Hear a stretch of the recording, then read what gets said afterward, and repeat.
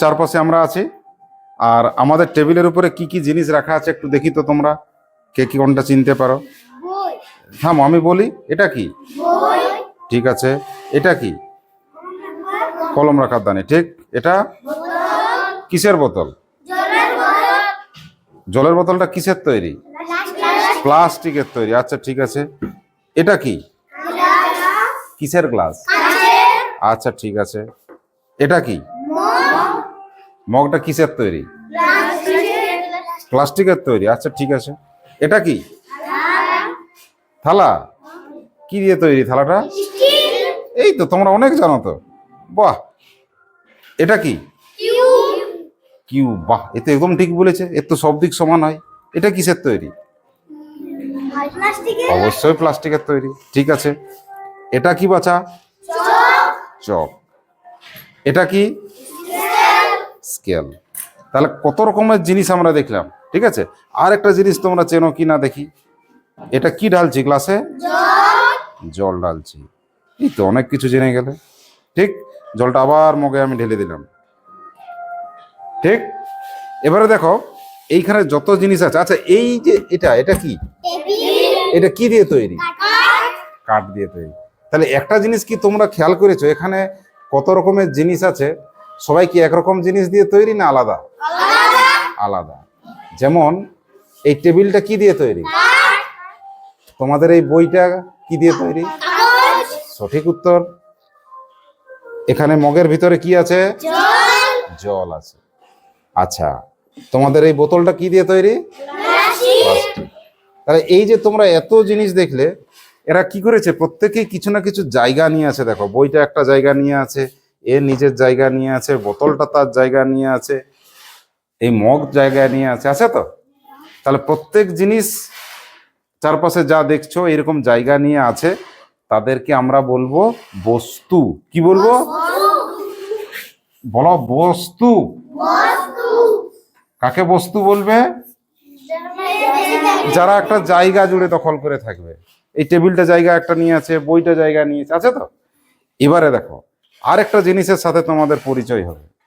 এই বস্তুটা যে জিনিস দিয়ে তৈরি, যেমন মনে করো বোতলটা কি জিনিস দিয়ে তৈরি, তোমরা উত্তর দেবে।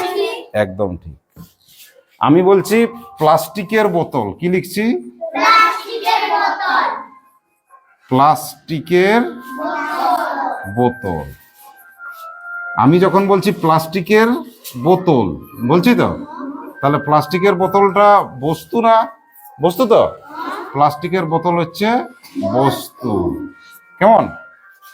আর শুধু প্লাস্টিকটা কি দিয়ে তৈরি বোতলটা যদি প্রশ্ন করি? প্লাস্টিক দিয়ে।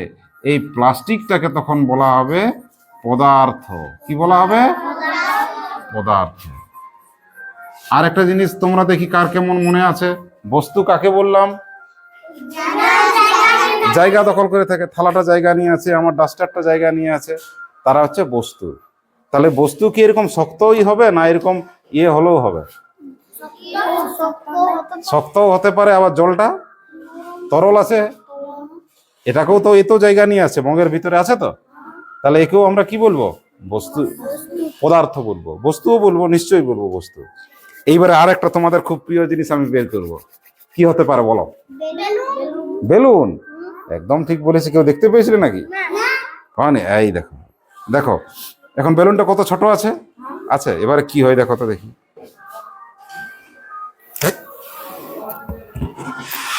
এবার কি হলো? কেন বড় হলো? হ্যাঁ, বলো বলো বলো, ঠিক উত্তর হচ্ছে, বলো। ভিতরে হাওয়া ঢুকে গেল, বাতাস ঢুকে গেল। ঢুকে গেল না? তাহলে আমরা একটু আগে কি উত্তরটা দিলাম? যে কিছুটা জায়গা দখল করে থাকবে বলেছিলাম না? তাহলে এখানে কে ভিতরে জায়গাটা নিয়েছিল? বাতাস। ঠিক বলেছে। তাহলে বাতাসকে কি আমরা পদার্থ বলতে পারি? কেন বলতে পারি বলো? বাতাস কিছুটা জায়গা দখল করেছে। কি করে বুঝলে দখল করেছে? এটা ছোট ছিল, ভিতরে ফু দিলাম, জায়গা নিল। তাহলে একে কি বলবে? বাতাসকে কি বলবে? পদার্থ। বাতাস ভিতরে জায়গা নিয়েছে, তাহলে বাতাসকে কি বলা হবে? আচ্ছা, এই জলটাই মগের ভিতরে জায়গা নিয়েছে, তাহলে জলকে কি বলবে? পদার্থ। তোমাদের যে টেবিল আছে টেবিল বা এই তোমাদের থালা গ্লাস প্রত্যেকে জায়গা নিয়েছে, এদেরকে কি বলা হবে? পদার্থ। ঠিক। আচ্ছা, এখানে যে জিনিসটা আমরা বলছিলাম, এই বোতলটা কিসের ছিল? প্লাস্টিকের। তাহলে আমি যদি বলি প্লাস্টিকের বোতল, তখন কি বলবে? বস্তু। যদি বলি শুধু প্লাস্টিক, পদার্থ।